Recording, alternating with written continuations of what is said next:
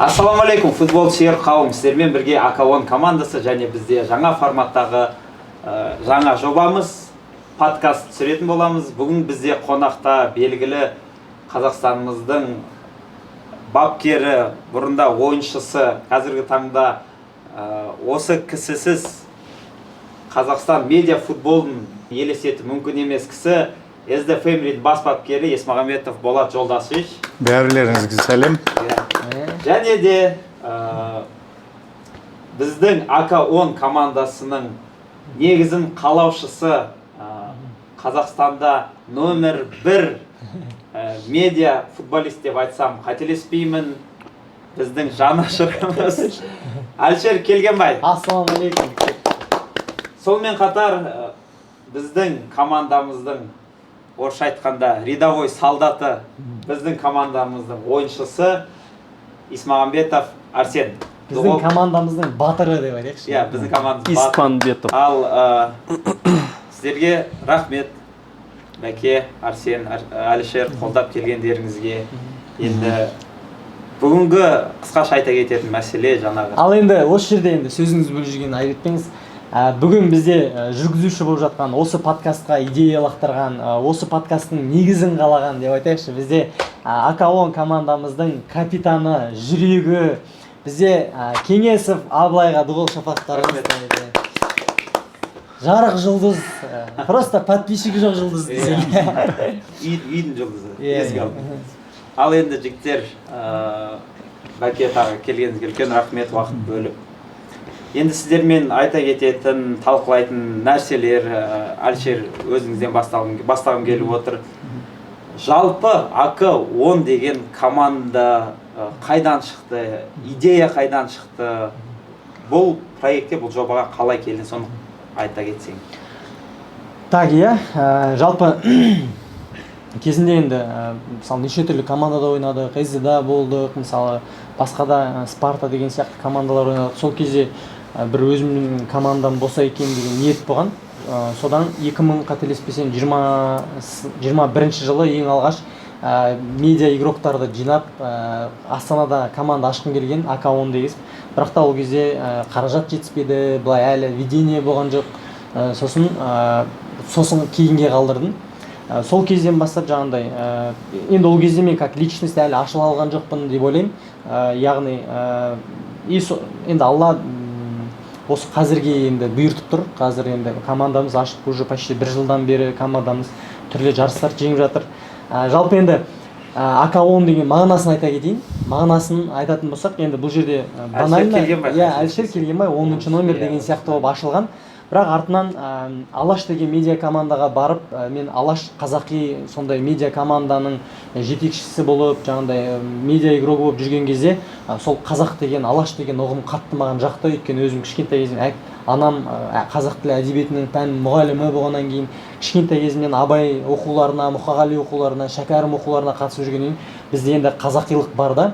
И содан Әлішер Келгенбай, Алға Қазақстан деген екеу какая разница дедім да. И бір жағынан негізінде да. Главное, мысалы, айтады ғой, кейбір командалардың аты бар, заты жоқ. Кейбір командалардың заты бар, бірақ аты басқа болуы мүмкін. И соған негізделе отырып, АК-10 деген ол бір жағынан Әлішер Келгенбай, екінші жағынан Алға Қазақстан деген мағынаны білдіреді. Біреу бұл күлуі мүмкін, бір неғу мүмкін, бірақ ол солайынан. Яғни біз енді Алаш деген командада ойнап жүрген кезде қазақилықты дамытып, гол соққан кезде домбыра тартып, жаңағыдай неше түрлі шоулар ұйымдастырып жүрдік.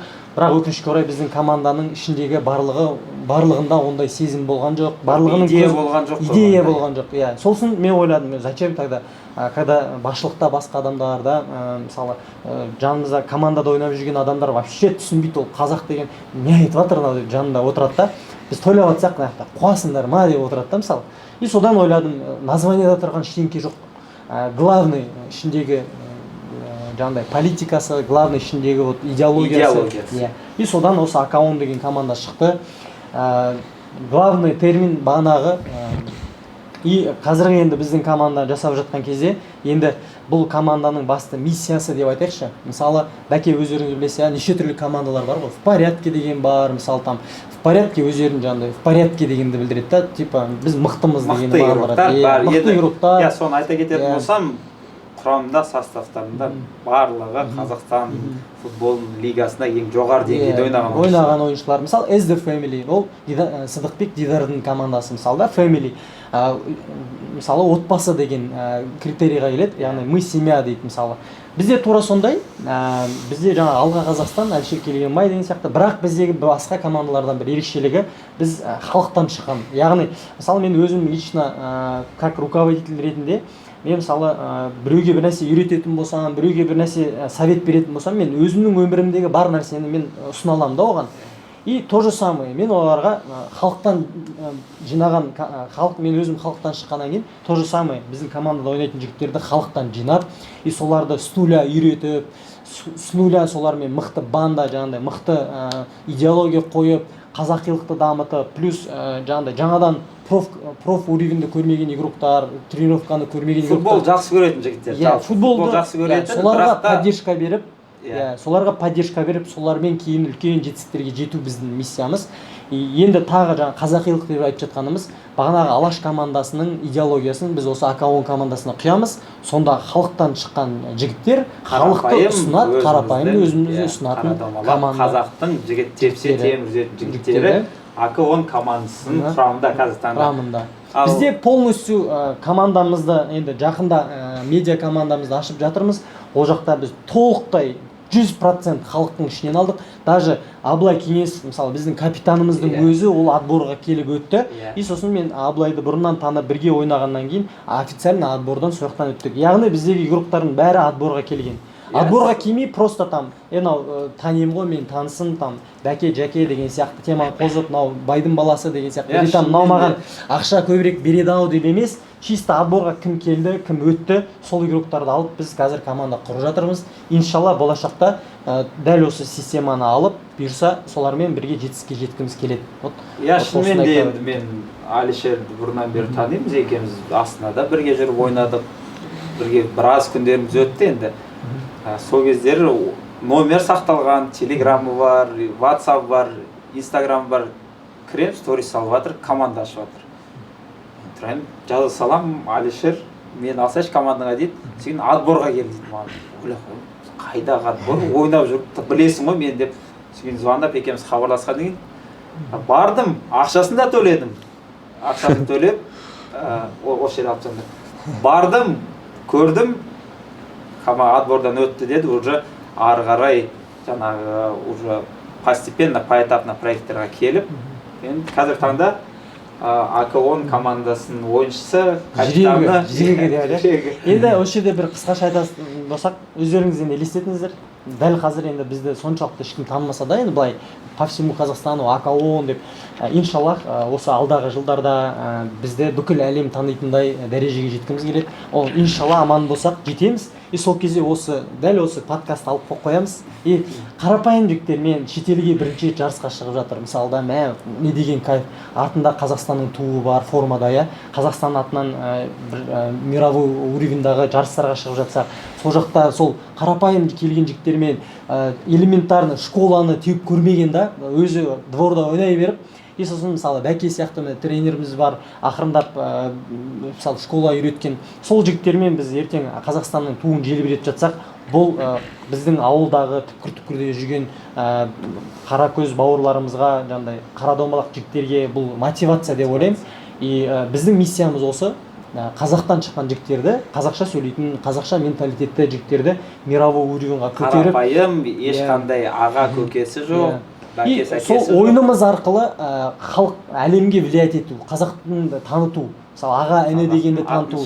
Мысалы жүрген жерімізді таза, мусорларымызды жинап, жаңағындай келген мысалы соперниктармен уважениеда болып, там ана мына төбелес, қырылыс, я тебе қазір матчтан кейін сөйлесеміз, деген темалар емес, достойно ойынмен ұтып, мысалы некрасивый жасап қойған жеріміз болса кешірім сұрап, мысалы да проигрей ұтып, ойыннан кейін сондай үлгілі сондай команда құрғымыз келеді. Енді иншалла соған жетеміз деген ойдамыз. Жақсы, ал енді Болат Жолдаш, сізге енді сіз как-никак Алишерді біраз уақыт білесіз. Алишер сізге осы жобамен хабарласқанда, сіз осы жоба туралы жалпы былай айта кетсем, осы жоба туралы қандай ойыңыз болды? Енді сіз Алишер айтты ғой сізге. Осылай тек қана қарапайым халықтың арасынан өзіңіз отборға да қатыстыңыз, тренировкада өткіздіңіз, енді деңгейін, уровень көріңіз балалардың. Мен де тренировка барғаннан кейін кішкене көрінеді, все-таки мектеп өтпеген, школасы жоқ, профессиональный орында қатты ойнамаған, детский юношеский футболда қалып кеткен балалармен жұмыс істеу қалай болды өзіңіз үшін? Сіз енді тренер болғаннан кейін СД-дан неше түрлі игроктар келеді, мысалы Дидардың өзі Ақтөбеде, Ордабасыда ойнаған, Жеңісте ойнаған, қателеспесем, неше түрлі қазір де басқа ойыншылар бар. Өзіңіз Қазақстан премьер-лигасында тренер болдыңыз. Енді мен сізге сұрағым келіп тұрғаны, қалай екі бөлек деңгейде жаңағы тренерлік көзқарасынан жұмыс істеген қалай болды сіз үшін? Мен алдынан айтайын, енді оның алдында мен 12 жыл премьер-лигада бас бапкер болдым. Категориям бар, про деген кезінде Швейцарияда, Хорватияда сояқтан защита бергенмін деген. Сосын бір күні жүріп сол өзімнен ойладым, бапкер болған профессионалдар оңай емес та. Бір жағынан денсаулықта керек, бір жағынан неге көп нәрселер болады да ол жерде. Сол мен өзім функционер болам деп жүрген адаммын ғой. Бірақ кезінде талай командалар болды, банкте, компаниялар болды, не болды, любительский, оны білем, оны көп балдарды, маған ондай қиыншылық болған жоқ дегенде. Кешеде СД-де 2 жылдан мен 3-ші жыл кетті ғой, енді бірге блогерларды қандай екен, оның бәрі үлкен опыт бар да. Сол кезде Алишер айтқанда осындай, бұның Алишер алдында да талай бір нелер болған, проекттер болған, оны жасайым деп, енді былай ойлады, енді бір күні звондады ғой, бәкем осындай проект жасайым, осында қазір уақытым бар, осының бәрін істеймін деп, осындай командалар, бір балдар жинайын халықтан, арасында подписчиктер де бар, подписчиктер де, бәрі подписчик. Көбінесе подписчик, жинасақ, жинайық, мен алдынан ала көмектесейін саған. Енді оңай емес қой, оның бәрін қарап, қанша адамдар болды келіп жатқан, бәрі ойнақсы келеді, бәрі команда деген. Енді Алишерде де бәрі таниды, футбольный блогер дейді ғой енді. Сол біріншіден не бар дейсіз ғой? Біріншіден көрініп тұр, ол балдардың кезінде бізде айтады ғой, системаны дайындалу керек, футбольный центрда, академияда, дюшша дейді. Көбісі балдар енді далада қарапайым, біз кезінде де ойнадық қой, далада да ойнадық, білеміз, двордан шықтым, мен де двордан шықтым, ондай академия, ондай центрлардан өткен жоқпын там, құрамаған, даже бірінші бапкер кім іздеді сұрағанда, мен де айтамын, менде бапкер болған жоқ, біз кезінде Союздың кезінде стадионға барып ойнап, бір жарыстарға апарады, сөйтіп жүрген адамбыз ғой, сөйтіп сол менталитеттен балдардың білем да, өзім сояқтан шыққасын, маған ондай қиын емес. Сол енді біріншіден айтадым, енді оның бәрі организация дейді ғой, енді оңай емес оның бәрін жасау, оның бәрін отбор жасау дегенде. Енді Құдайға шүкір осындай команда жасалды деп айтуға болады. Қазір J-лигада ойнап жатыр жігіттер, жаман ойнап жатқан жоқ. Құдай қаласа енді бірінші орыннан көтеріліп тағы бір негізі екінші орында, бірақ матч запасе бар. Бізде алтыда келе жатқан команда бірақ очкода озып тұр. Бірақ бұл командада жұмыс көп айтатыны жоқ. Өте көп жұмыс там. Оның бәрі үйрету, оның бәрін айту. Үйдің бетонын енді қиып жатыр ғой. Сол ғой. Енді бұл жерде бізде школа дейді ғой, кейбірлер пасты, кейбірлер алдау, кейбір көбінесе енді тактика жағынан қиындауды. Оның бәрін үйрету керек, оның бәрін айту керек. Бірақ енді өзіңіздің былай тренерлік опытыңызбен, мысалға мен білуім бойынша осындай тактика уже балаларға жаңа футбольный центрларда 10-12 17-18 жасқа дейін қойылатын нәрсе. Қазір біздің балаларға қарасаңыз, бір 18-ден бір 25-ге дейін балалар жинақтығы. енді шанс бар ма деген әңгіме ғой. Шанс бәр жерде бар ғой, просто уже бұл үлкен ержеткен жігіттер, оларға дұрыстап түсіндірсең бәрін түсінеді ғой. Осылай ойнау керек, бүйту керек, сөйту керек десең, ол енді кішкентай бала емес қой. Там енді қанша отбордан өтті, командаға түсті, значит, шамалы ана футбольное мышление дейді ғой. О да бар, бір жағынан тырмысу керек дегенде. Енді профессионалға дейін жету енді оңай емес, оның бәрін уақыт керек та, оның бәрін жасау үшін. Енді Алишер да айтып отыр ғой, бір сондай жаймен деп профессионалға дейін жетсек, жақсы спонсор болса, жақсы жігіттер болса қосылады десе. Мысалы, күнде тренировка жасасаң жетуге болады ғой? Мысалы, біз кезінде біз күніне 3 тренировка жасайтынбыз. 3 тренировка. Күніне. Біздің кезімізде сосын барып, бізде суббота күні ойын болса, бізде екінші, үшінші күні уже неге алып кетеді, карантинға алып кетеді. Сол дайындық жүреді дегенде. Қазір енді профессионалдарда бір күн бойын алып кетеді ғой жаңа. Бізде 5 күн, 4 күн сборға алып кетеді. Үйі көрмейміз. Мен бір рет естіп көргенмін. Кезінде мен Россияда ойнадым, Финляндияда ойнадым, Қазақстанда чемпион болдым, құрама командасында ең бірінші гол салған официальный матчта. Сол бір рет санап көрсем, 12 айда мен 2 ай үйде болдым. 10 ай жарыста, сборда деген. Енді қазіргі футболистқа шамалы жеңілді, олар енді ондай не істемейді. Орысша айтқанда издержки профессии. Енді бәрі енді оңай емес оның. Денсаулыққа да ертең бізде де қазір көріп жүрсіз ғой, уже денсаулықтан денсаулық қалмайды, аяқтан аяқ қалмайды дегенде. Қазіргі енді футболистерге шамалы жеңілді деймін. Енді мына проектке сәттілік, Алишер, жақсы проект деп ойлаймын. Енді бүгін бірінші подкастқа мен түсінгенімді. Әумин. Рахмет.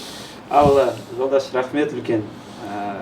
Енді Арсен өзіңе біле білсеңіздер, біздің Арсен деген басқа сферадағы өз сферасының жұлдызы бұл кісі деген.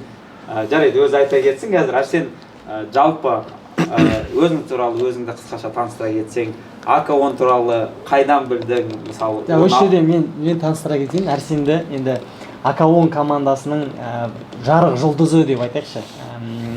Подписчигі да бар, Инстаграмда. Басында мен Арсенде подписчик бар екен білген жоқпын.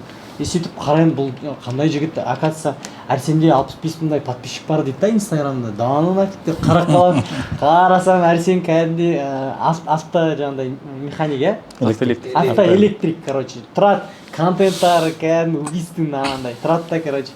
Мотордың мына жағынан кіріп, мына жағынан шығады ғой, айтқан кезде там неше түрлі электрониканы жасайды. Базарықты қызығып, стористарын от души қарап отырамын, не айтады екен деші. Сен сияқты ойнағысы келесе, Арсен сияқты машина жасағың келе ма?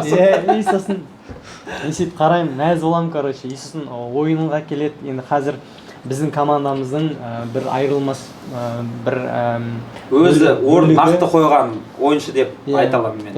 Өзіндік былайша айтқан кезде біздің команданың енді лидерлері деп айтайықшы, алдағы уақытта біздегі команданың лидерлері болатын жігіт, иншалла, алдағы уақытта. Сол себепті Арсен өзіңізге сөз берейін. Арсен мысалы автоэлектрикаға дейін өзің қысқаша таныстыра кетсең, сен деген жалпы футболға қатыстың ба, ойнадың ба, мысалы қай жерде болдың ойнасаң да, АК-10 туралы қайдан білдің?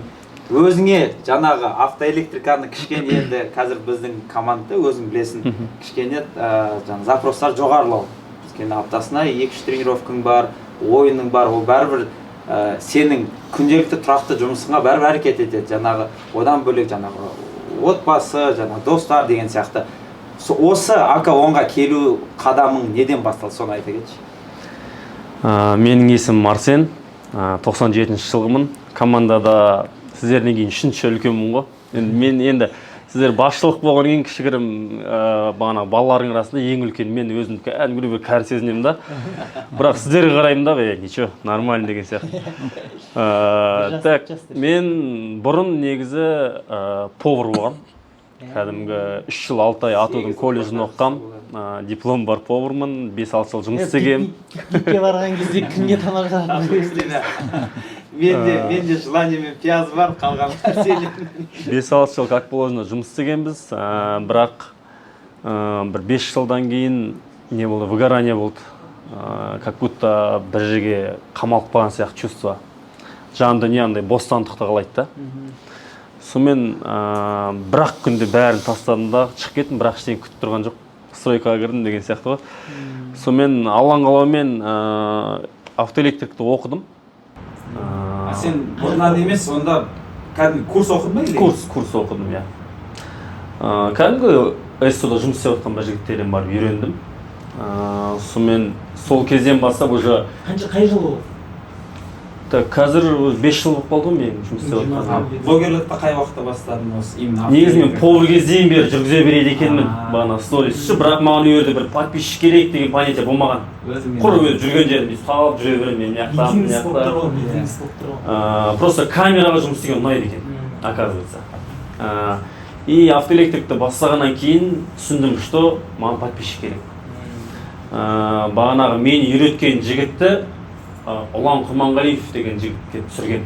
Сол бағанағы әртүрлі бизнесті рекламировать етіп, түсіріп, көтеріп, ютубқа түсіріп жүрген жігіт. Сол жігітті шақырдым үйге. Ол кезде менде бірақ машина тұратын жер, гараж. Ол кезде менде 2000 подписчик болған. Алланың қалауымен оқырманның барлығын сол кезден бастап фокус қойдым, былай айтқанда маған подписчик керек деген сияқты, мобилограф жалдадым деген сияқты. Шүкір, қазіргі уақытта 65500 оқырман бар. Таза. Таза. Өйткені ол кәдімгі 100-100-ден қосылады да, кәдімгі каждый маңызды. Басында сондай боласың, одан кейін уже арай асқаннан кейін уже ұмытып кетесің, қанша болатқанын ұмытып кетесің. Иә, сондай. И қазіргі уақытта автоэлектрикпіз. Футболға мүлдем қатысы жоқ, бірақ жан дүние өте қатты қалайды ғой футбол ойнағанда. Өзің кішкентай кезінде жас кезде ойнамадың? Мектеп кезде бағанағы қатысқам негіз, бірақ мен барған жерде тренер бағанағы ортаның барлығы орысша ғой. Бұл айтқанда мен түсінген жоқпын ештеңе. Барам, келем деген сияқты. Әкем ары-бері таскать еткен сияқты. Атак ешқандай нақты бір командада белесті бағындырып жеткен жетістік жоқ. Таза любительміз. АК-10 туралы қайдан білдің? Қалай келдің сен командаға? АК-10 туралы өзімізде бағанағы группа бар, кішігірім футбол ойнап жүрген балалардың. Айдос, қателеспесем. Айдос, Асқат деген балалар бар. Сол жаққа жазды, отбор болып жатыр деп. Сонымен бағанағы капитан біздегі Асқат деген жігіт, сол екеуміз келдік.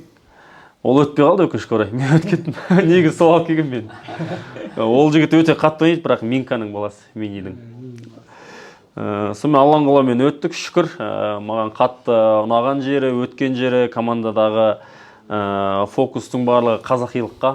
Мен де қазақ десе бұл айтқанда жүрегім бірінші орында тұрады. Қазақ десе өліп кетеміз деген сияқты ғой. Сол моменттердің барлығы өте қатты ұнады. Алла қаласа сіздер беріп жатқан бағанағы жолдардың барлығын дұрыс ұстанып, жетістікке бірге жетеміз деген ойдамын. Енді жолдаш өзіңіз Инстаграм жүргізесіз? Менде Инстаграм бар, где-то 600 ба, сондай ғой. Мен ондай... Мансұр істеп бере ма? Жоқ, Мансұр істеймін. Қыздарым қазір, егіз қыздарым бар, олар қазір қарасам, блогер болып, не деп, соған қуанам да, Мансұр қарамайды ғой, Инстаграмда да қарамайды, білмеймін. Ана қыздар сондай өзі жасап, нелерді маған ұнайды да солардан. Жақсы, рахмет. Алишер, енді жарайды, енді біз біліп жатырмыз. Жалпы біздің көрермендерге, футбол сүйер қауымға қызық болады деп ойлаймын. Қазіргі таңда команданың жағдайы қандай? Мысалы, тренировкасы бар, жаңағы басқа да около футбольный моменттер бар.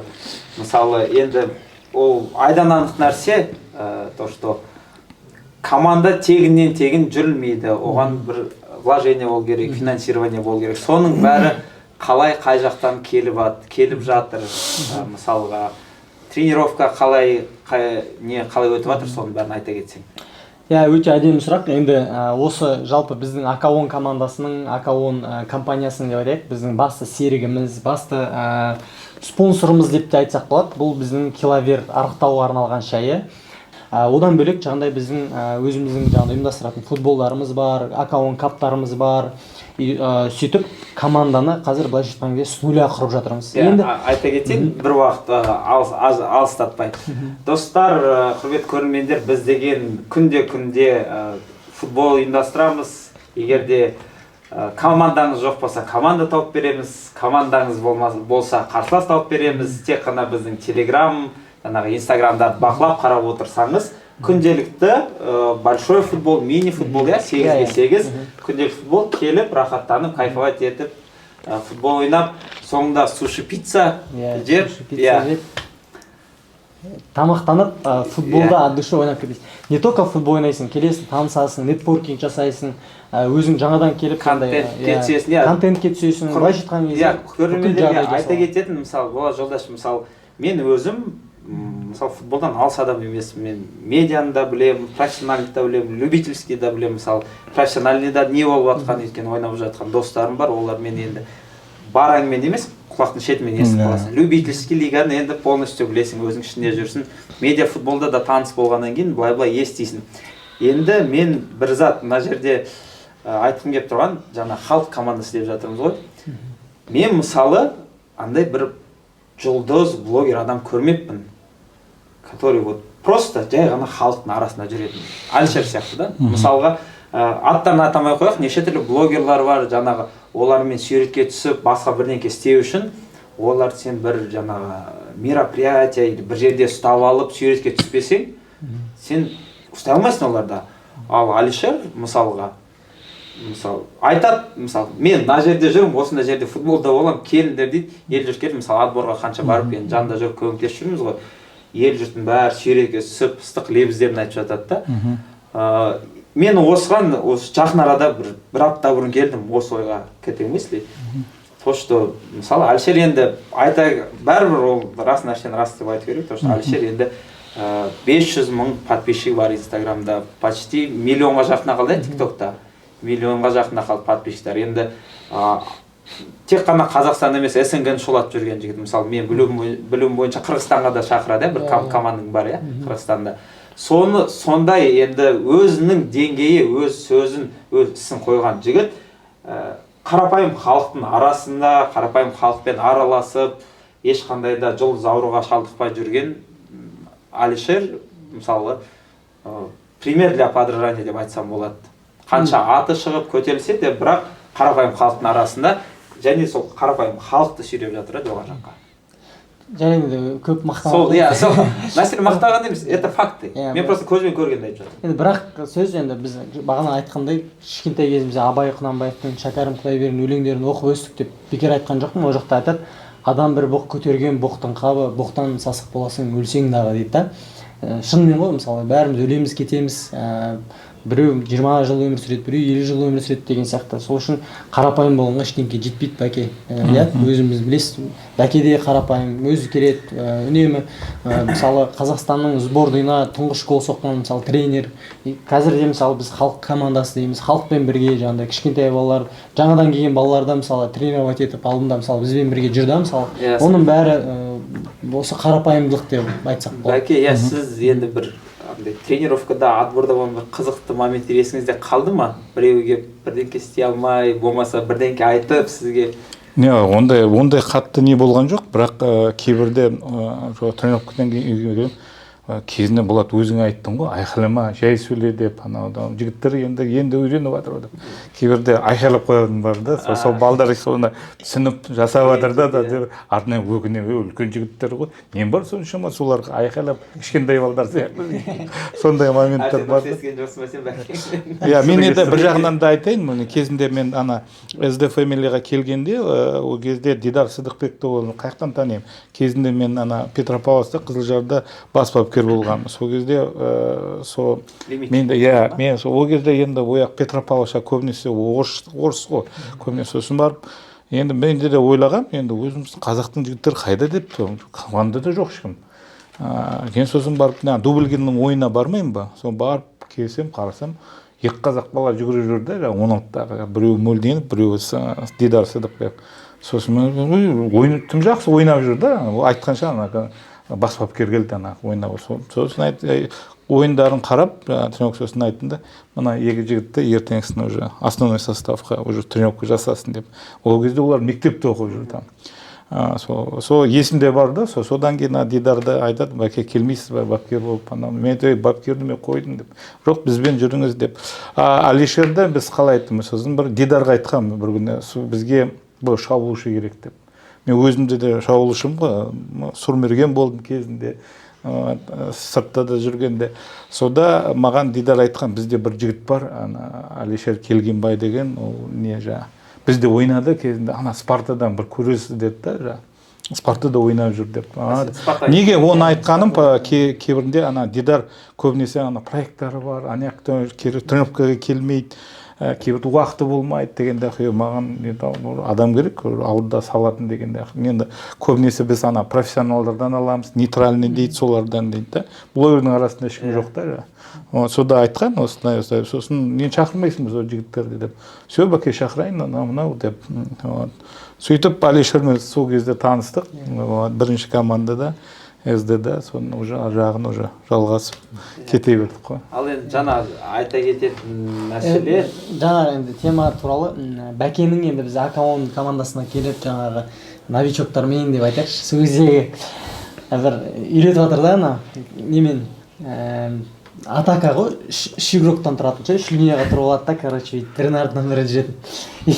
Бүйтіп ана пас бересің да артына қарай жүгіресің десе, тұрады шайып, короче, бас десе құлақ деп айдалаға жүгіріп тұратыр. Ондай көрмегенмін ғой мүлдем. Бәкен ұялттан. Ондай болды. Шашы ағарып кеткен шашы.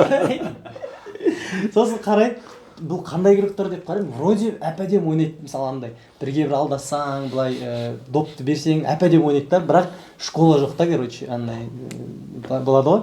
Просто алып доппен жүгіре берген, ойнай берген, анадай тренировка дегенді вообще қақпайды. И мен де есіме түседі ғой, менде мысалы Дидар Садықбектермен мысалы Москваға бардық қой біз. Ең алғаш МФЛ-ға, менде мысалы большой футболдан школа көрмеген, мысалшы. Чисто мен сен негізі сен джудайсың. Просто бізде андай ойынға шығара берген, бірақ тренировка жасамағанбыз никогда. Чисто ойында үйренгенбіз да. Бірақ бізге направление берсе үйреніп кетеміз. Сосын Москваға барамыз, неше түрлі жаңағыдай упражнениялар жасатады. Мен миым ашиды ғой, мынадай не қайсет.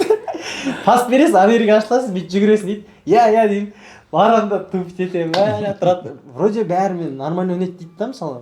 Шығасың, бірақ элементарный упражнениялар түсінбейсің да, короче. Нерге барып, нерге жүгіру деген нәрселер ше.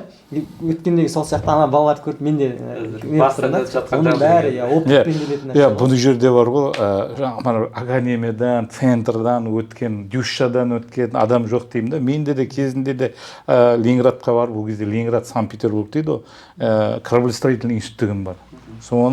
Сол институтта келіп, сол футболды қалай бастадым, ол жерде ояқта институттардар бір-бірімен жарыс болады. Тым жақсы институттар көп, техникумдар көп, солармен бірге жүріп, ойнап жүріп, бір жағынан бір команда, заводская команда, заводтың команда, олар да күшті ойнайды екен жағы.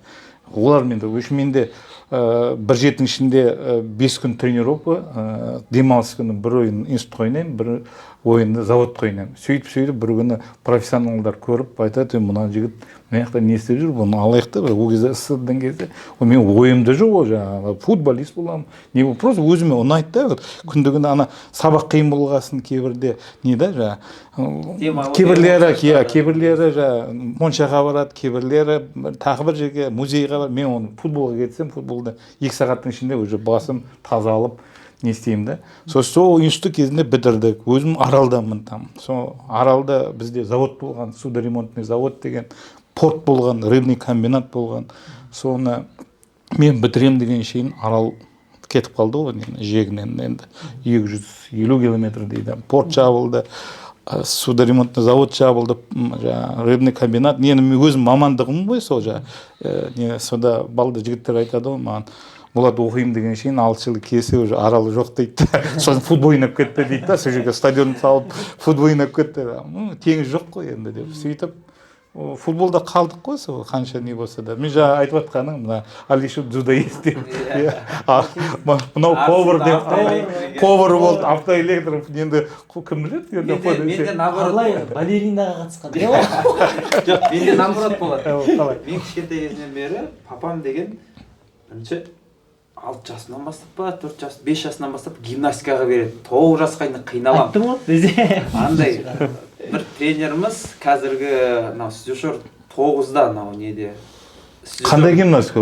Спортивный. Художественный. Лентамен жүреді. Мен бұрынғы тренерім, қазір сюжер 9-да ген директоры. Қарны мынандай бір кісі болатын. Ат жөнін кешірім өтінемін, есімде жоқ қазір. Сол бүйтіп ботымыз екі жаққа айырып жататын ішімізге. Біз кішкентай жылаймыз, ондайды көрмеген спорт не екенін білмейміз. 9 жасқа дейін қатыстым спортивный гимнастикаға. Потом шығып кеттім да футболға кетіп қалдым. Ескамда енді гимнастикамен қоса ескамда баламен емес, ол қызық, еще біздің дворда өңкей ұлдар. Бәріміз бір қатарлы күнде там зару бақырып, басқа дворлармен ойнап сөйтіп жүреміз 9 жасқа дейін. 9 жастан бір 10 жасқа дейін бір мектепте бір секция болды футболный, соған барып жүрдім. Папам одан шығарып алады да мен күреске апарып тастайды. Күреске апарады, күресте жүрем. Результат шығарам, бір 3 жарысқа қатыстым, бір жарыста 3-ші орын алдым да 8 ай ма 9 ай қатысып шығып кеттім. Қайтадан футболға кетіп қалдым. Ол кезде бір 13-14 жас. Уже футбол нормально ойнайсың, уже мектепте де ойнайсың. Папам бір кезде тұрды, алды боксқа беріпті. Ар бокста шығып тоже енді боксқа более-менее қатыстым, бір жарым 2 жылдай қатысып, уже результаттар болды да. Уже бір 15 жасқа келгенде бокстан тастап кеттім. Не могу вот. Барам, қызық, істеймін, бірдеңке шығады, бірақ футболға кетіп қалам. И уже 15-16 жасқа келгенде уже папам да бүйтіп, кішкентай бала емес ау деді да, бүйтіп қолын сілтеді. Содан кейін уже барып ойнап, мен негізі қазір бұрын спутник, қазір жас қыран ғой. Жас қыран, мен сол жерде спорт директорымын ғой, жас қыранда. Иә, вот, бұрында спутник болады. Мен сол спутниктан бастағам. Содан кейін Талғарға көшіп, Талғарда ойнағаннан кейін біздің Хаджимұрат деген тренер болған, сол кісіге барып, Руслан Балтиевтің Жуненканың тренері, бірінші тренері. Сол кісіден барып, сол кісі уже бізді бірінші ЦСКА Табақсапқоз деген команда болатын. Сол ЦСКА Табақсапқоз Алматинский ЦСКАмен қосылып бір-екі жарыстарға барғанбыз. Ол ЦСКАдан біз жарыста бізді көріп, бізді Цеснаға шақырды. Цеснаға сол Талғардан 3-4 бала болып бардық та, Цеснада ойнап жүрдік. Мықты командалар кезінде. Цесна, иә. Содан кейін уже Цеснаның составында более-менее бүйтіп, бір ойнап, бір ойнамай бүйтіп жүрген кезімізде Қайрат Цеснаны сатып алып, уже Қайратта ойнадым, бірақ Қайратта уже қанша бір 6 ай ма 7 ай ма ойнадым. Өз ошибка молодости әлі күнге дейін өкінемін, мектептің жарысына 11-ші классың, мектепте бүйтіп жүресің. Сонымен мектептік жарыста мұғалімдер қоймай қойған ғой. А бізде Қайратта айтатын, ойнамайсыңдар, только у нас здесь играете, тренируетесь, басқа жерде вообще доп ұстаушы болмаңдар деп. Мы на вас надеемся. Мектепте мұғалімдер келіп, давай сен ойна, сен деген мектеп, сен ойнамағанда кім ойнайды, 11-ші класс кетер аяқ, мектебің үшін бір жақсы істеп кет деді да. Содан кейін мен мектеп жарысына шықтым, аяғым сынды, 8 ай футболсыз, уже как раз октябрь-ноябрьда сындырдым, зимний период, где люди физику набирают. 8-9 айдан кейін командаға барам, на голову балалар сильнее, футбол бітті, қалды. Любительский лигалармен енді жүрміз, бірақ одан кейін тоже бір қателігім, мен басым еңсем түсірдім да, барған жоқпын. Ешқандай, мысалы кішкене форма жинап, бір клубтарға барсам, мүмкін ойнайтын бедім, білмеймін, бір одайым. Хорошо, енді бұл мәселені енді әркімде футбольный тақырып, но дегенмен, мысалы қазірге Абылайға айтатын, енді қазір біз медиа команда болғаннан кейін жаңағындай уже тренировкамыз бар, Абылай уже как опорный зонада, уже центр команды болғаннан кейін Абылайға да айтып отырмын, болашақ әлі впереди. Мысалы травма, не травма, ол енді бәрі бір алладан, но қазір айтып отырмын, Абылайға установка беріп отырмын. Абылай где-то что-то андай тренировкаларды жай типа как шалмын дейді да. Мен айтамын, қайдағы шал? Неше дейсіз? 28. 28 шалмын дейді да. Мен айтамын, қайдағы шал? Біз әлі жап-жаспыз, біз наоборот команданың лидері болғаннан кейін біз олардан вдвойне пахать етуіміз керек, біз тащить етуіміз керек. Сол үшін Абылайға қазір енді бұл енді өткен историяңызды айтып жатсыз ғой, бірақ бәрінде ондай история бар, но сол историяларды қазір жалғасын до конца тапить етіп, алдағы мысалы біз болашақта ең мықты командалармен ойнаймыз, мысалы допустим Амкалмен, вот айтатын Тудроцпен, да, допустим, болашақта мықты медиа командалармен ойнаған кезде, чтобы сол кезде вот біз сол жерде бәрін былайша айтқан кезде біз на голову сильнее болуымыз керек. Осы жерде айта кететін бір сұрағым бар еді, дайындап қойған. Жалпы АК-10-ның енді өзің как руководитель, жаңағы бастапқы команданы ашқан адам ретінде АК-10-ның жалпы алдағы келе жатқан алысқа жүгірмей қояйық. Енді бірінші 4-5 ай, мысалы жарты жылдағы жоспары, команда не істейді, немен айналысады, және де сенің өзіңнің жаңағы жан-жақта бәрі идеальный болып, алла бұйырып бәрі дұрыс оңымен болып жатқан жағдайда соңғы нүктесі конечный точка деп айтады ғой орыстарда, соңғы результат қандай көресіңдер? Жаңағы бір жарты жылдан бастасаң. Мен былай ойлаймын, мысалы армандау тегін да, армандау тегін. Любой жетістікке жеткен адам қарасам, армандар орындалады дейді. И біздің АК-10 дегенде 10 жылдың ішінде, иншалла, даже проф карьераны да КПЛ-ға да шығып, КПЛ-да жеңеміз ба деген стратегия бар. Енді стратегия емес, енді арман деп айтайықшы. Даже не үшін Лига чемпионов ұтып алмасқа. Мысалы да, енді армандау тегін да. И мен басында ойлайтын Kings Liga деп мен айттым ғой. Потом ойлана келе мен ойладым, Kings Liga ол вообще бір арман, ол орындалатын арман да. И бір жағынан бір соншалықты бір не емес, андай бүкіл өміріңді арнап жіберетін нәрсе емес та. Не үшін біз жеке клуб болып, не үшін Лига чемпионов ұтпаймыз, не үшін мысалы осы нәрсені бір 10 жылдың ішінде істеуге болады. И не үшін 10 жыл деген кезде, вот АК-10 деген кезде, окрыленный қазір мысалы 2025 болса, 2035-те не үшін біз КПЛ-ды да ұтып, мысалы болашақта мысалы Лига чемпионовқа дейін жетпейміз мысалы да. Енді бұл біреуге бір күлкілі болуы мүмкін, бірақ армандау тегін да. Біз Лига чемпионовты армандасақ, значит біз КПЛ-ды ұтамыз деген сөз да. И мен оған сенемін, потому что мен өзім де қарапайым халықтан шыққан, соңғы бір 5 жылдың ішінде мен мынандай ешкім танымайтын адамнан осындай бір белгілі бір танымалдылыққа жетіп жатырмыз. И болашақта дәл осы сарынмен, дәл осы қарқынмен жүретін болсақ, біздің жетпейтін ешқандай арманымыз жоқ.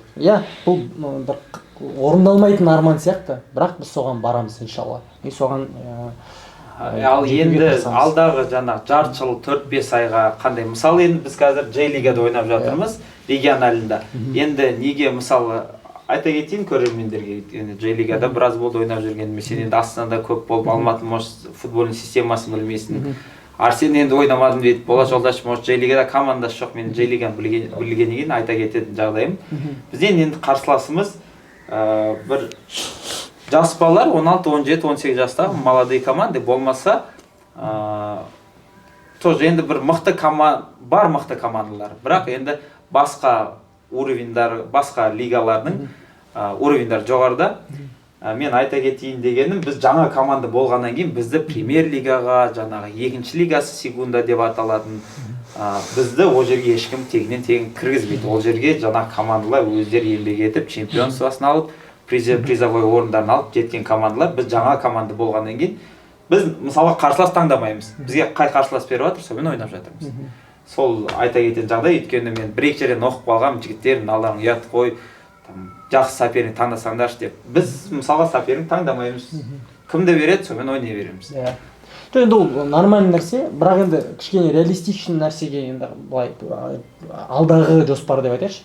Қазір біз енді осы J-лига ол бізге как инструмент сияқты ғой, как трамплин дейді ғой. Просто как мысалы енді қазір мен бұрынғы қарағанда екі есе өзіме сенімдімін. Себебі мысалы бұрында мен бір істеу үшін сонша ойланатын, бәман былай істеймін, бүйтем деп сөйтіп жүрсең жүре бересің. Просто алда бастап кет болды. Алла тәуекелшілерді жақсы көреді. Кто не рискнет, дейма, тот не пьет шампанский деген сөз бар ғой. Просто ол дерзіс керек та оған. оған уверенность керек. А уверенность қашан келеді? Когда сен бастап кетесің и на пути, короче, не сдаешься, осы кезде келеді. И қазір G-лиганың артынан, мне кажется, уже міне біздің алғашқы медиа игроктарымыз бар. Ақырындап біз уже МФЛ-ға кіре берсек деп ойлап тұрмын. Уже весенний алдағы келе жатқан МФЛ-ға смело кірсек. И вот как раз сол жақтағы Аблай, мысалы, сіздер как уже нейтральный жүресіздер ол жақта, иә? Допустим, ол кезде уже сіздер медиа болыңыз, мысалы, бір ай подписывайтесь на мой Инстаграм. Ну, медиа лига, Қазақстанның медиа лигасын отайық, потом ақырындап, мысалы, Россияға барайық, потом, мысалы, тұрып өзіміз не үшін лигалар ұйымдастырмаймыз, халяльный, который там Фонбет, 11бет сияқты емес, халяльный жарыстар ұйымдастырып, иә. Потом, мысалы, ақырындап Кингс лигаға барайық. Бірақ Кингс лиганың оның бәрі енді не халяльный да, өкінішке орай. Бірақ для имиджа біз ол жаққа барып отырып келсек болады да. Оның бәрі қолда деп ойлаймын, мысалы. Білуімше бір алда шоу матчтар жоспарлап отырмыз. Алдағы уақытта көрермендерге айта кетейік, алдағы аптада бізде Құдай қаласа Патрон деген командамен ойнаймыз. Енді айтады ғой, начни с малого дейді. Біз енді сразу бірден андай бір аты шыққан командалармен емес, потихоньку өзіміздің уровеньмен жаңадан бастап жатқан командаларда ұтып, солармен ойнап, опыт жинап, и мықты командалармен алдағы уақытта уже тіке жаңағыдай опыт жинау ғой, короче. Тихими шагами уверенно. Айтады ғой, начни с малого дейді. Ал енді тағы жаңағы мен не бір қосып жіберейін. Менің енді футболда жүргеніме көп болды ғой. Бұл жерде бұл команданы жүргізу үшін біріншіден стадион керек, инфраструктура керек, жер керек. Сол жерде бәрін жасау үшін әр жерде аренда, ар жақтан ол да бір жағынан дұрыс емес та. Мүмкіншілік болса, бір жерден жер алып, сол жерден стадион жасап, артынан команда жүре берсе, артынан балалар жасөспірім центрін или академиясын ашқан, өзіміздің қана, содан бастана ар жағы мына келе береді дегенде сол да. Енді айтады өз ойың болса керемет қой, бір сырттан аренда қалып жүрсең, сен көп нәрсені жасамайсың, ремонтты да жасамайсың, жаныңды ашмай жүресің. Өзің бірақ жерің, өзінің стадионың болса, сол жерде ол жерде ешкім сені қумайды да. Соны жасап, мынаяқтан армандап айтады ғой, как у самурая нет цели, у самурая есть путь дейді ғой. Сонымен жүре беру керек та. Не қай жерге келесің, бір Алла тағала өзі жаймендеп әкеледі дегенде. Бірақ өзіңнің үйің болу керек деп ойлаймын.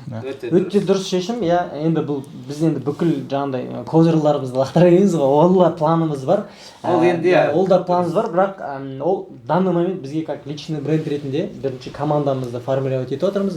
Бәке өте дұрыс айтады. Ол да планда, жоспарымызда бар. Мен де мысалы негізі школа аша салсам, вообще 6 секундта негізінде қазір алдың, тренер жалдадың, мысалы сөйлестің, там Инстаграм аштың, набор жасадың, арендовать еттің, мысалы. Бірақ ең бірінші личный брендқа кішкене көңіл бөліп жатырмыз данный момент. Алла қаласа осы личный брендімізді ар жағын школаға и бір жағынан өзімізде как личность пісіп жатырмыз, чтобы ертең ашқан кезде андай халтурный школа емес, имеется в виду обычный школа емес, бір ерекше мектеп болатындай, қазақи. Мен жаңа айтып отырсам, 10 жылдың ішінде сондай стадион бір шықса параллельно деп солай айтып отырмын. Ол стадион енді армандаудан не қылмаймыз, бірақ осы 1-2 жылдың ішінде өзіміз стадион саламыз деген конкретно ниетіміз бар. Ол да бірақ данный момент қай район деген, осы Қарасайский район ба деп ойлап жатырмыз. Өйткені сол Қарасайский район негізінде өте талантты жігіттер, сол жақта көп таланттар негізінде барша. Өкінішке орай ол жақта инфраструктура жоқ, из-за этого оларды мысалы шығаратын балалар жоқ ше. Әйтпесе мысалы Алтын Орда жақ, мынау Қарасайский районда талантты балалар өте көп. Не үшін деген кезде ол жақта кішкене таулы аймақ, и бір жағынан андай природа бар да ол жақта. Таза ауа. И сол жақтан бір мықты академия ашып, сол жақтан дамытсақ па деген ниет бар. Әлішер, жаңа қоса кететінім, жаңағы өзімде подкастқа дайындалып жатқан уақытта өзім айтқым келгені көп біздің көрермендерге. АКО командасының ерекшелігі, мысалға біз жаңағы тек қана қазақи, біз өз жолымызбен келе жатырмыз, жаңағы бір направлениеміз ұстадық. Қазақи команда, халықтың арасынан шыққан команда деп. Және де біздің басқа командаға жаңағы басқа медиа командаға жаңағы айта кететін оларға қарым қатынасымыз солармен мысалы SD Family болсын, в порядке болсын, One Game, Жайдарман. Біз жаңағы футбол алаңында ғана қарсыласпыз, қалған өмірде біз бауырмыз деген ұстаным бар бізде. Өйткені қазақтар енді бөлінгенді бөр жейді демекші, неше түрлі қазақтың керемет сөздері бар. Сол үшін деген енді бір-бірімізді жей берсек, біз қазақты көтермегенде кім көтереді қазақты? Сол үшін басқа медиа командалармен андай қазір поп ММА-да айтады ғой, чисто спортивный интерес дейді ғой. Міне поляға қалай шықтық, қарсыласпыз, бірақ сыйластық бәрібір қалады. Шыққаннан кейін жаңағы бауыр болып, амандасып, өзіміздің қазақилықты жаңағы аға іні болып, үлкен кіші буындар болып, сыйластығын сақтаймыз. Бұны мен не үшін айтып жатырмын? Сіздер енді МФЛ көрген адамсыздар. Неше түрлі болып жатыр. Біреу төбелесіп, өлтіріп жатыр. Мен көрдім даже бір видеолар, трибунадан болельщиктер жүріп, футболистермен төбелесіп жатыр. Өзіміздің қазақтар көрсең ұят. Болады ютубтан прямой эфир көріп жатқан кезде бір басқа ел, басқа ұлттар жазып жатады, мынау қазақтар бір-бірін жеп жатыр деп. Жүрегің ашиды, ішің ашиды. Кешеде бір ой болды да, менде де интервьюде жазғанмын, там кеше алдың күні Ақтөбемен Қайрат ойнады ғой. Айтқанда мен оны бірақ журналист жазбапты, мен айтуын айттым. Енді Ақтөбе, енді қазақ жақ, көбінесе қазақша сөйлейді ояқты, бұрындағыдай емес, там орысша деген. Сол кеше енді сол ойын болды. Сол ойынға мен комментарий бердім. Сонда айтам да, біздің баламыз, Сатпаев Дастан 2 гол салды ғой, керемет гол салды. Ойынды да жақсы ойнады да. Сол гол тұрды. Өзін оқып, ойын біткен. Жанкүйерлер боқтап жатыр, Қайрат сен бір нәрсе. Сода мен ойыма бір ойын келді да, мен көрдім сол ойынды. Реал мен Сантьяго Бернабеуде Барселона. Сол кезде Рональдиньо деген ойыншы болды. Ол енді керемет ойнады, 2 гол салды. Керемет бейтті. И Барселона Сантьяго Бернабеуде 3-0 гол бітті. Сол ойын бітті. И ойыннан кейін Рональдиньо келатыр ғой, и стадиондағы болельщиктер келіп тұрып, анаған команда ұтылып қалды, 0-3 енді бәрі ананың ойынын көріп, не деген керемет деп сөйтіп. Енді айтамын ғой, культура боления деп. Енді көрдіңдер ғой Сатпаевты қалай ойнаған, қалай салған.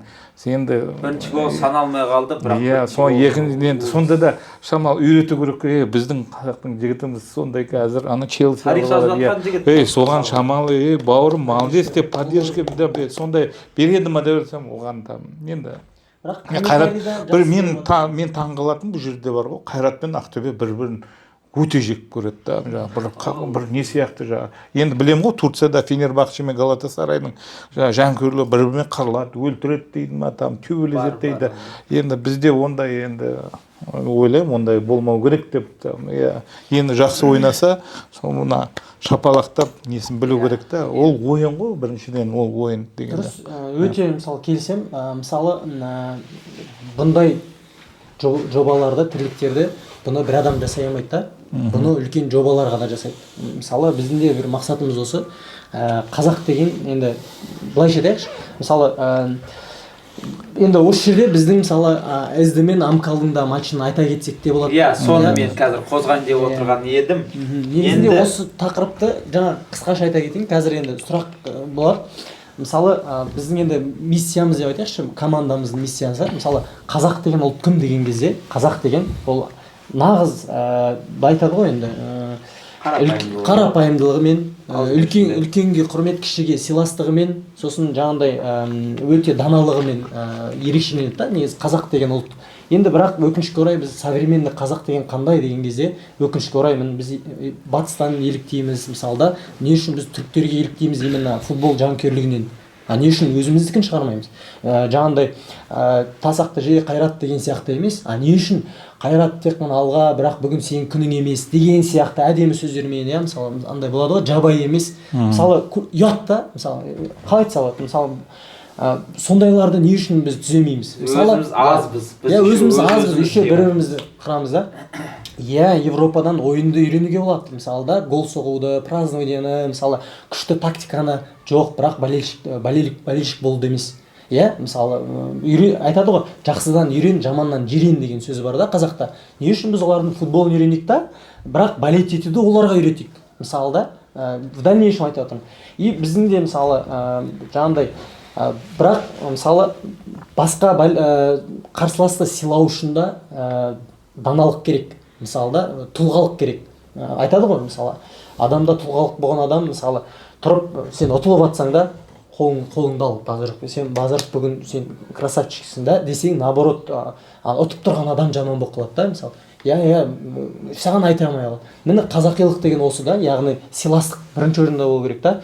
И сол кезде мне кажется біз әлемді өзгерте аламыз. И біздің де командамыздың мақсаты сол. Кейін в дальнейшем бізге балет ететін мысалы халықты біз соған тәрбиелей алсақ, мысалы да келген жанкүйерлерді жаңағындай тұрып мысалы кеше амкалмен ойнап жатқан кезде тұрып жарайды біздің миссиямыз бізге акаон деп айғайлап амкал деп айғайласа там тас лақтырып өйтіп олардың аузын жаптырып тастап мысалы ондай керек емес та. Керісінше мысалы оларға там одан да қаттырақ айғайла да мысалы одан да қаттырақ айғайла бірақ жақсы жағымен үлгі жағымен сыйластықпен мысалы көрсетсе ойынмен тұрып мына жақта біз ұтып амкалдың бытышын шығарып жатсақ ойынмен да мысалы и оларға да приятно да біз балет еткен мысалы да айтқым келгені игрой доказывай результатом доказывай да но не жаңағындай жаманшылықпен емес біздің болельщиктер сендерді ұрып тастайды деп қорқытып емес короче сыйластықпен да. Иә бәлкім қосылып қалса бүгін бағана Реал Мадридтің болельщиктері сияқты бажырып қол шоғып молодцы, но когда өзіміздікін құртып жатқан кезде наоборот басқа елдің мысалы командасына балет ету деген сияқты емес. Енді осы мәселеде мен айтып жіберейін, мен кезінде 97-ші біз отборда ойнадық чемпионат мираға Францияға. И сол арабский эмираттармен ойын ойнадық. Олар енді бізді ұтса неге чемпионат мираға шығуы мүмкін да. Сол кезде көп әңгіме болды там бізде Қазақстанға $1 миллион береді. Біз ойында тапсырамыз деп көп әңгіме болды. Сосын артынан шынымен болыпты сондай.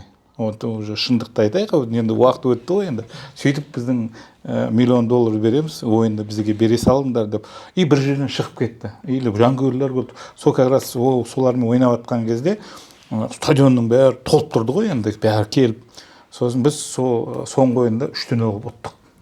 Сол арабский эмират. Олар шанстары түсті дегенде. Сол кезде ойыннан кейін мен шықтым да, жүгіріп келе жатсам, бір болельщик тұрды, жауы барды, несі, Қазақстанның, сөйтіп тұрды, ешкімде жоқ басы олды. Мен қасына бардым да, бер маған деді, ол сасып қалды да, мен ма деп бере салды да, ешкімде жоқ. И сонымен алып, мен ана стадионда сөйтіп көтер, даже видеода да бар, фотография, фотода да бар дегенде. И артымнан балдар жүгірді да, мен тауымға. И сол кезде біздің жанкүйерлерінен бірінші рет, енді бокста ода бар шығар, алдында да бар. Но футболда өйтіп біреу нені алып, стадионның 3-0 ұттық, ол жерде енді ойын сол жерде бір қықты жаңбыр жауды да. Сонда да халық кетпей, қарап бізге ойыннан кейін сырттан автобусға дейін шыға алмадық қой. Сол шамалы көтеріп жібердік та. Намыс керек дегенде өзіміздің тауымызды.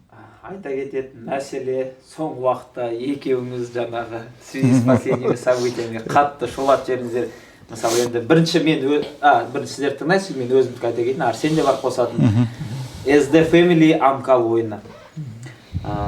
Бәрі білеміз жарайды енді, футболмен ол бірде ұтасың, бірде ұтыласың.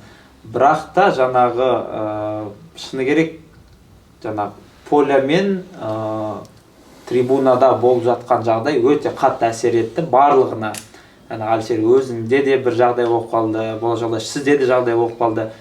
Енді өздеріңіз көз қарастарыңызды айта кетсеңіз, мысалы, ол ситуация қалай болды сіздің көзіңізше болды? Неден басталды, сіз не дедіңіз, сіз не естідіңіз деген сияқты. Әлішерге де сол, Әлішер сен белгілі бір жесттар көрсеттің қолмен. Факи көрсеттің. Ол енді мына жерде қазір кесіліп қойылған шығар. Видеосын қоямыз. Сіздерден естісек, содан кейін мен өз нұсқамды айтсам, өйткені ол болған жағдай, ол болған жігіттер менің жанымда, біз өзіміз акаон болып бардық. Бір ары кетсе 5-6 сиденияның ар жағында отырды. Қазір сіздер тыңдап аласыз, содан кейін мен өзімдікін айтып берейін. Бәк енді өзіңіздің ойыңыз енді өздеріңіз көрдіңдер, бірінші 10 минутта біз 2 гол жіберіп алдық. Дұрыс ойын басталмай не деді, сосын сөйтіп ойнап жатқан кезде енді ар жақтан амкал деп мен бір жағынан ойым, мен Алматыда ойнап жатырмын ба или Москвада ойнап жатырмын деп ішімнен ойладым да, сосын барып енді ол жерде стресс қой, нерві дейді, стресс дейді, сосын барып мен оларға айттым, сендердің намыстарың қайда, біз Алматыда ойнап жатырмыз ғой деп сондай ниетпен істедім да. Бірақ ол жерде мен ол жерде қандай ой болды деймін да. Вот мен қанша футболмен кезінде Санкт-Петербургта мен 18 жыл тұрғанмын. Сол Зениттің шамалы ойнап, сосын ана система тренер болып жүрдім деймін да. Зенит пен Спартак Москва ойнайды. Санкт-Петербургта да. Мен көбісін жігіттерді білемін. Сол Санкт-Петербург, бірақ ол Спартакта болеть етеді да. Спартак деп.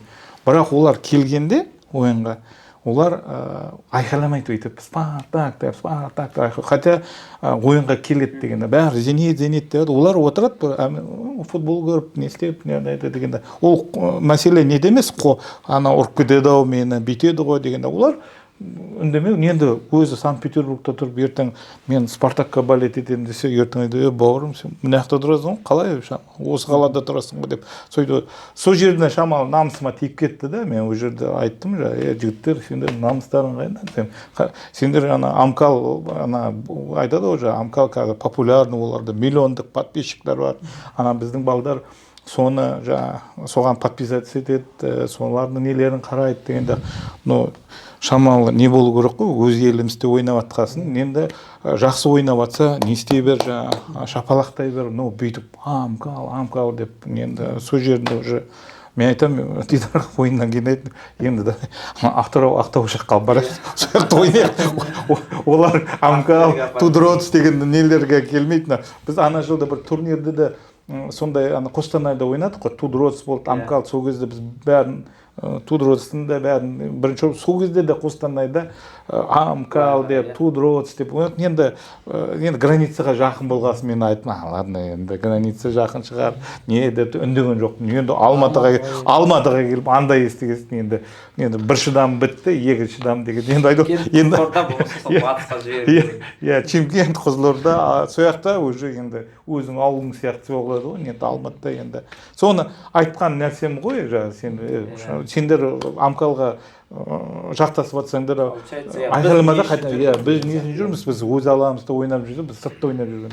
Сондай әңгіме болды. Сенде не жағдай болды? Сен енді бір қарағанда бір аяқ асты былай вспыльчивый бір момент болып кетті да өзіңде. Өзің былай на эмоциях көрсетті. Енді мен оны былайынан түсіндірейін. Жарайды, футболды былай алып тастайық, футболды алып тастаған күннің өзінде қазақта әдемі мақал бар. Жаман үйді қонағы билейді дейді. Яғни қонақ келіп алып сенің үйіңде диктовать етіп отырса да, ұйықтаймыз, тамақты әкелмей-ақ қой деп мысалы да төріңе шығып алып, мысалы отырса қалай? Мысалы да, айтады, кет бар, бұл менің үйім дейсің ғой, бар, үйіңе қайт дейсің ғой, мысалы. Тура сол сияқты да, біздің үйге қонаққа келді, қонағымыз. Келіп алып свою диктует да, мысалы ресейліктер келді, полностью жаңағындай өзінің организациясымен, Винлайн медиа лигасымен бірге келді, жарайды, болельщик олардікі бола берсін. Амкалға мен артынан айттым, то что Амкалдың болельщиктарымен кешірім сұрадым, айттым, я извиняюсь, если я вас задел или то, но я конкретно не за амкалдарға қарсы айтқан жоқпын оны мен қазақстандықтарға, которые амкалға болеть ететін, именно қазақстандықтарға айттым дедім да. Не үшін көрсеттім? Мы казахи, а вы нет дедім. Оның мағынасы амкалдың слоганы, мысалы СД-да мы семья болса, амкалда мы амкал, а вы нет деген мағынаны білдіреді да. Сол үшін мен айттым, мы казахи, а мы нет дедім. Не үшін? Енді қараңыз, бағанағындай жаман үйді қонағы билейді дегендей, жарайды, ойынмен олар бізді ұтып жатыр, мен спор жоқ. Бірақ потом біз 3-1 камбэк жасап, біз конкретно ойынмен келе жатқан кезде ойын аударылды ғой енді. Амонияға красный берді, амонияға кет, нефтем ол жерден красный берді. Судья Москванка. Сағымызды сындырды. И сол кезде, как нация, как казахстанцы, мы должны были поддержать. Судью намылы, да? Базар жоқ, сен амкалға болеть ет, да? Бірақ сен как казахстанец ретінде, да, как солидарность болады ғой. Тұрып, ана жерде судьяны табалауға болатын еді да. И сол кезде мен тұрып Амкаловты амкал, наоборот, SD болмаса бағанағы да, SD болмаса нафиг ол Амкал келмейтін еді да, допустим. И олар тұрады да, осы жерде 200-лік қой, былайша айтқан кезде біздің бұл үлкен проблемамыз бәке. И мен сол кезде жаңағыларға жындандым. И мен ол кезде білген жоқпын, красын алып кететін, бірақ менің вот жүрегімнен шыққан нәрсе, вот мы казахи, а вы нет. Сендер қазақ емессіңдер, сендер қазақстандық емессіңдер. Сендер ана 200-ді сатқындар болады ғой, который ертең бізге соғыс басталса бірден Россияға, басқа жаққа қашатын, вот солар мысалы да, 200-лер. И мен соларға көрсеттім конкрет. Иә, мен мысалы қажы ретінде, иә, мен ол кезде өзім ұстай алмадым, басқалай істеуге болатын еді. Футбол эмоция түсінуге болады. болады. Мен де пендемін, менде де қателік болады. Потом мен бірақ түсіндірдім, Амкалдың несі келген кезде мен осы нәрсені айттым. И потом түсіндім, кешірімде сұрадым, айттым, мен конкретно бұл Амкалдың болельщиктарына айтқан жоқпын. Мен просто, который Қазақстанға болеть ететін, вот здравый адам болса, ол судьяға свистететін еді, мысалы сол кезде.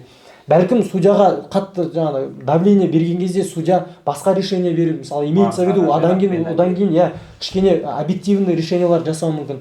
Одан бөлек поляға мен шыққан кезде жаңағыдай Амкалдың игроктары ол судьяны танитын болғаннан кейін енді қарға қарған көзін шұқымайды деген сөз бар.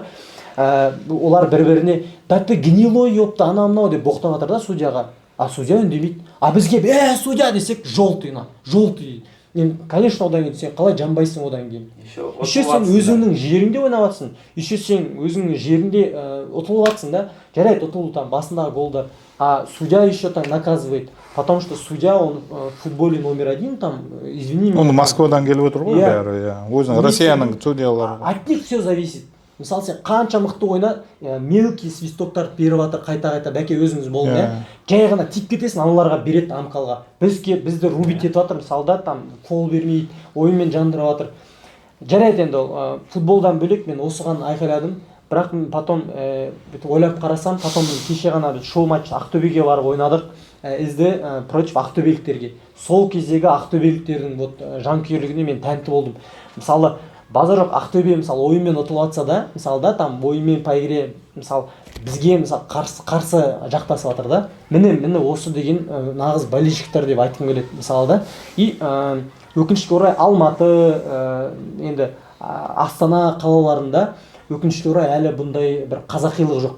Мысалы да, бір фанатит ететін, енді шындап келген кезде қазақилық жоқ болып тұр ғой жаңағыдай. Мен айтайыншы, бұл жерде бар ғой, үштен өтіп жатқан бір гол салдық. Сосын тағы 2 момент болды салатын кезде. И сол кезде жаңа кім Амония болды ғой, ол деген нарушение жасаған жоқ, ол бір жерде тұрды, анау кетті. Енді сол кезде мен де білем ғой, қалай футболды ойнап жүрдік, тренер, бапкер болды. И сол кезде бұл уже түсініп жатыр да, ертең уже мыналар уже бастады мына. 2 момент салмаған, перекладина болды дейді деп кенде. Сон бұны шығарайын бұл жел дегенде. Сөйтіп сол кезде мен сол ода бар, сосын мына қайда, сосын артынан енді алдым қасыма келіп ана кімдер руководительдер келеді, сіз қазір удаление боласыз деді. Мен айтам, не үшін десем, сіздің ойыншыңыз провокация жасады, бізде регламентте сондай бар деді. Мен есімде әлі білмеймін, бар ма ондай регламент, жоқ.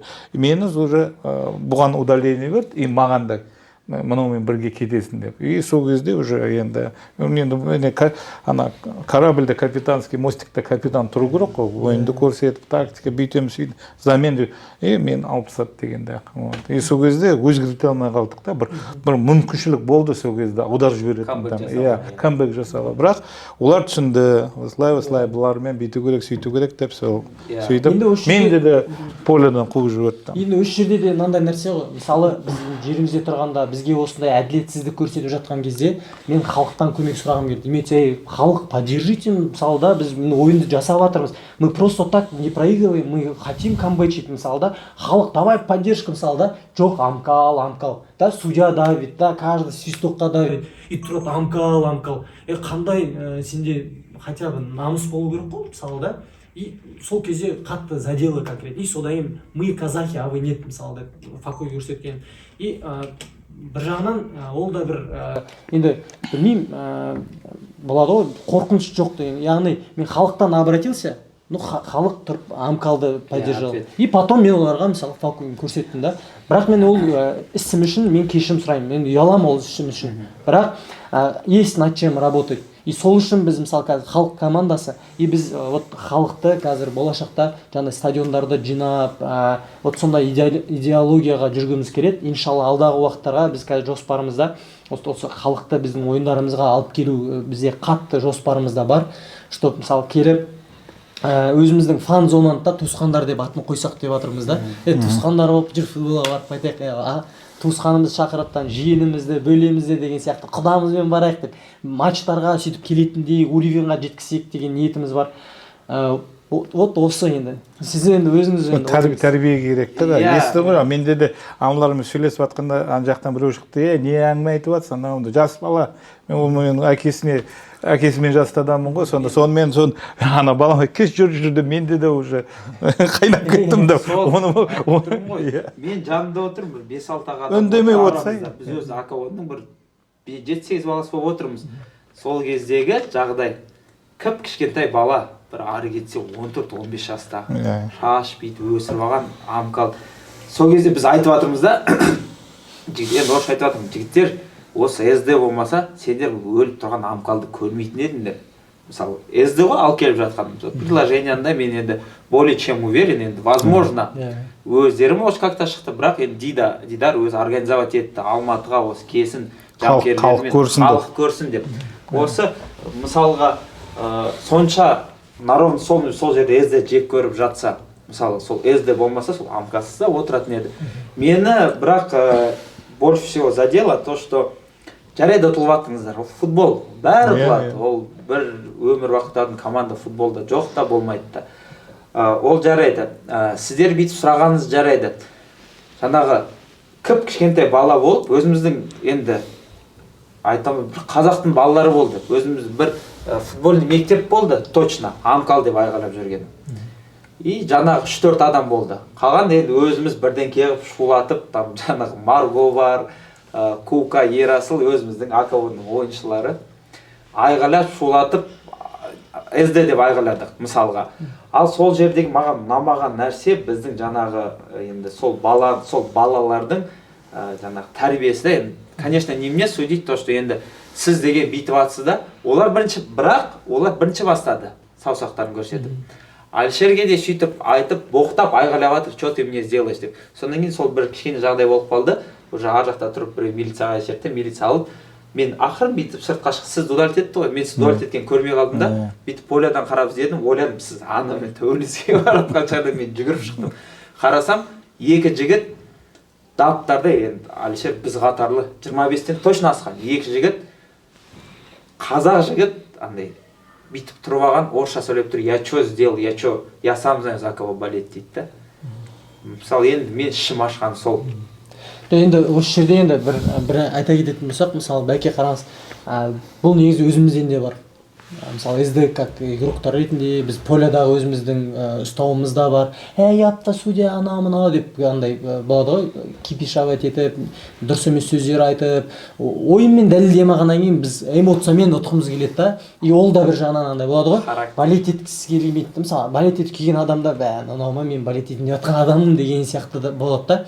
И бұл да бар да біздің тарапымыздан. Мысалы шын ғой, мысалы біз тұрып айғайласып жаңағыдай болмайтын жерде дұрыс емес боқтасып кетіп жатамыз, андай грязный движениялар жасап кететініміз бар, мысалы.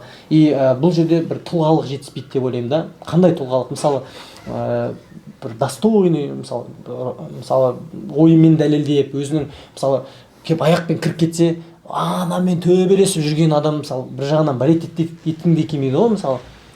Сол жағынан бір тұлғалық жетіспейді да. Имеется в виду, чисто по игре доказал, хат сөйлемей, я дей салдым да, мысалы ойынмен істеп тастадым да, мысалы. И бір жағынан бұл да керек деп ойлаймын да. И қазіргі енді біздің аккаунтмен жасап жатқан система бұл жаңағы бауырлық. Мысалы поляға шыққан кезде бірімізді аға іні деп сыйлап төбелесуден аулақ кетіп қалып, давай после игры сөйлесейік, қазір давай фокус ойында болсын. Кешегі мысалы ситуацияда бұл мысалы біздің айтып жатқанымыз.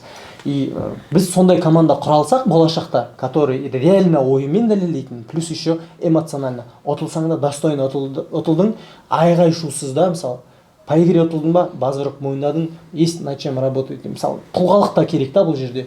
И одновременно жаңағыдай халықпен тоже взаимосвязь керек. Мысалы дұрыс контенттар жасап, дұрыс сол халықты жинай білу да, мысалы сондай да. Әлішер, мен жерде келіспеймін сенімен, неге дейсің ғой. Любой жерде жүресің ғой, если өзіңе бір сені ұрғысы келіп жүрген адамнан сабыр бол, ол ұрғысы келеді сені, ұрам дейді, ұрады соны сабыр бол деп жүрмейсің.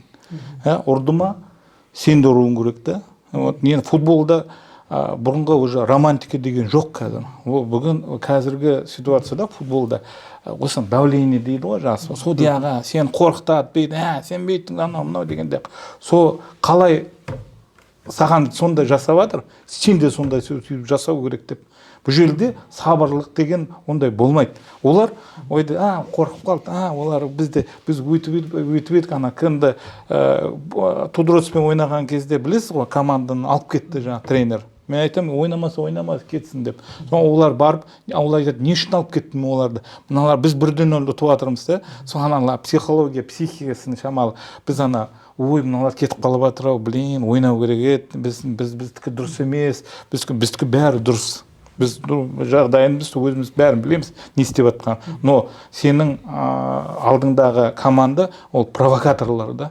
Сені боқтайды, шешеңнен боқтайды, әкеңнен боқтайды. Сені тағы сен қазақ, сен анау осындайсың деп сөйтіп бәрін политиканы да қосып жібереді сол жерге да. Соға үндемей тұра алмайсың да. Сондай олар бүйтіп айтады, сен де сөйтіп беруің керек дегенде. Сол кезде мен ойлаймын да, сол кезде о да ойланып қалай, мынау намысы бар екен, мынау дегенде. Сондай ойда енді беріліспеу керек та, любой бокста болсын, борьбадан ол сені бір жағынан не істеп жатыр ма, ол ұтқысы келеді. Бұлай шымшып ұтып алуы мүмкін. Шымшып жатыр, сен де шымшып, оған да қиын болсын деймін да. Сондай өмір сондай болып кетті да. Бұрынғы уже романтика жоқ там. Мен бір-біріміз сыйлай, ойыннан кейін де сыйламайды. Мен шындықты айтамын, футболдан кейін, ойыннан кейін де сыйламайды. Кейбірді айтады ғой, ойын кезде, бәрі жақсы, ойыннан кейін, мына ойында бәрін қалдырып кетеді, ондай жоқ қазір. Жігіттер, мен как бапкер есіне мынада поляда ойында сыйлаған жоқ па, сыртында да сыйсаң сыйламайды дегенде. Вот сондай, білмеймін енді. Бәке айтып жатқаныңыздың да жаны бар ғой. Жаны бар деп жатқан. Мен айтып жатқан жоқпын, бәрін мен естеп. Сондай. Қазақта мысалы мақал. Қайтесің енді. Еңкейгенге еңкей дейді, атаңнан қалған құл емес дейді. Шалқайғанға шалқай дейді. Сондай. Шалқайғанға шалқай, бірәсін. Бұл нені білдіреді? Жаңағы айтып жатқаныңыз ғой сіздің. Бірақ бұл жерде мынандай бір лидерский бір методика бар. Ол қандай методика десе, ол эффект бүркіті дейді ғой. Бүркіт дейді да. Бүркіті дейді. Мысалы, бүркіт пен қарға жаңағыдай екеуінің арасында мынандай не бар екен. Қарға кеп бүркіттің арқасына отырып, ол шын өмірде болады екен. Бүркіттің арқасына кеп отырып алады екен. Сөйтіп та мына жағын тістеп сөйтеді екен. Бүркіт оны ұту үшін жаңағыдай кувырок жасап, оны тістеп бүйтпейді екен. Ол просто жоғары қарай шығып кетеді, ұшып кете береді.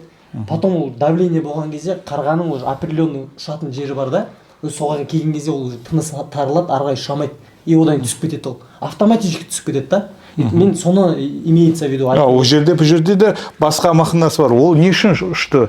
Оны ұту үшін. Бұны ұту үшін деген. Бұл арқасына мініп. Оны қалай ұтты? Онымен деп емес, а вот просто высоту санап. Ода бәле ғой, енді бүйтіп ұстап отыр ғой. Оны қалай түсіресің? Былай істейші, ол былай да барады.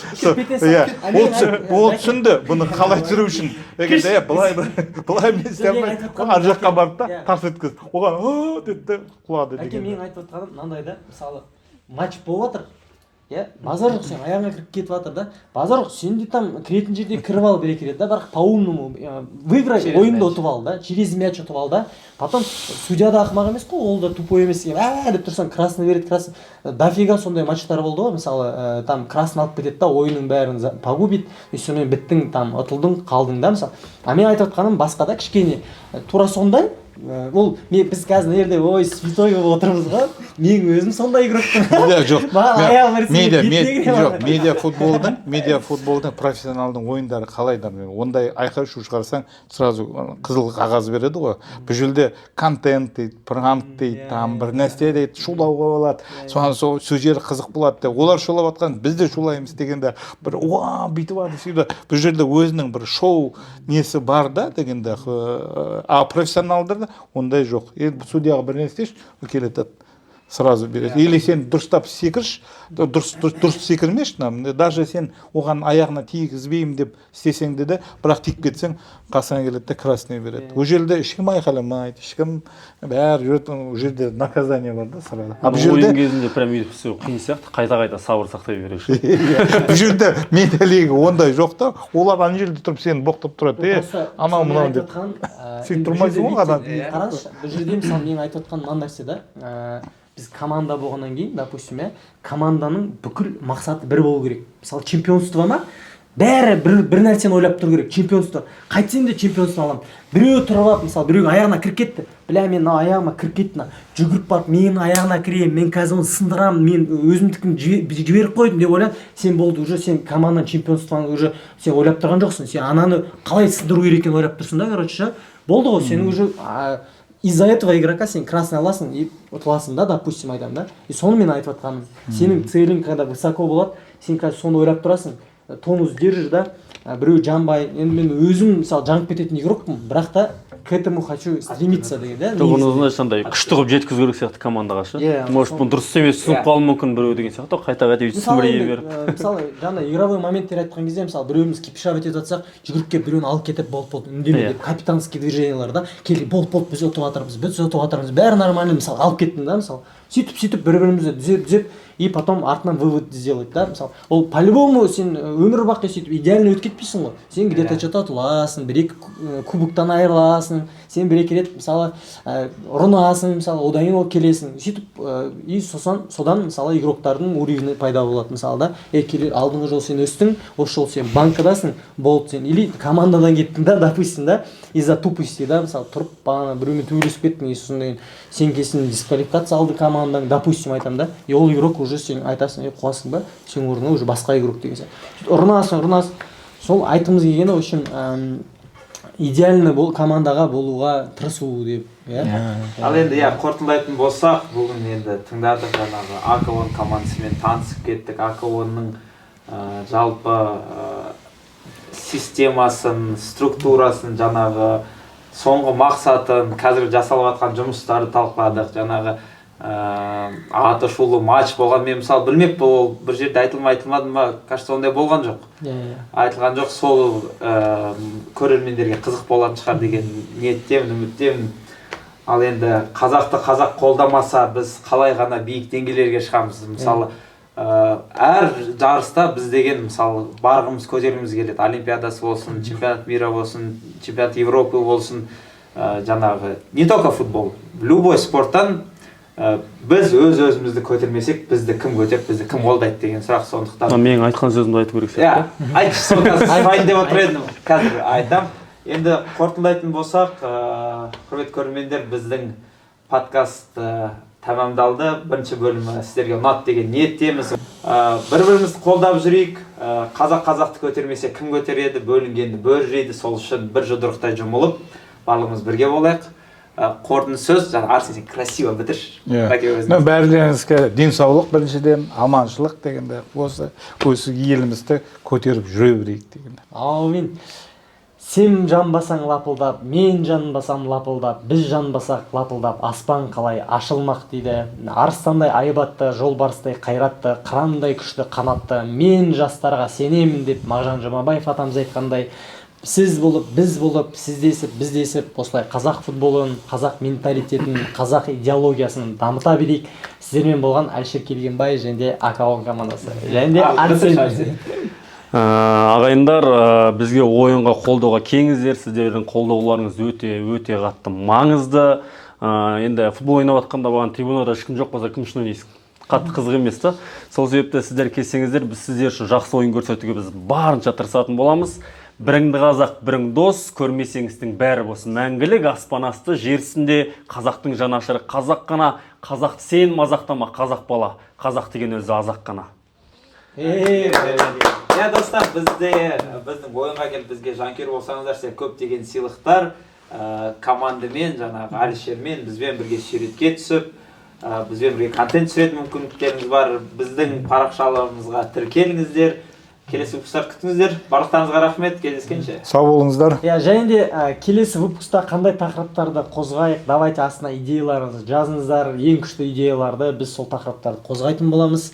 Және де давайте именно комментарийға жазған АКАОН алға деп өзінің тілегін білдірген кісілерге біздің атымыздан сыйлық, ол қандай сыйлық десеңіздер, бізде мынандай Сұрмерген қоржыны бар. Осындай қоржын, сол себепті баршаларыңызға рахмет. Айта кететін жағдай, Әлішер, ұмытпай кетейік, бірінші выпуск болғаннан кейін біз жаңа рилстарды жібердік. Бізде бұл подкасттың әлі атауы жоқ. Біз конкурс жібердік, кім бұл подкастқа атауын табады, шарттары жаңағы футболға қатысы болу керек, және қазақша атауы болу керек. Соған 20 000 теңге біздің атымыздан приз, келесі 2 выпуск шыққанға дейін және Сұрмерген қоржыны. Осы подкасттың астына да жазсын. Осы комментарийға жазыңыздар. Осы подкасттың атын қалай атасақ болады? Ең креативный болған опрос жасап, біз соған 20 000 теңге сыйақы береміз. Сонымен қатар біздің ойынға келсеңіз, Алматы қаласында болсаңыз, ойында өзіміз тапсырамыз. Баршаңызға рахмет, достар. Сіздерге рахмет. Бізде де осыны өзіміз шай іше берейік, бітсе бәрі.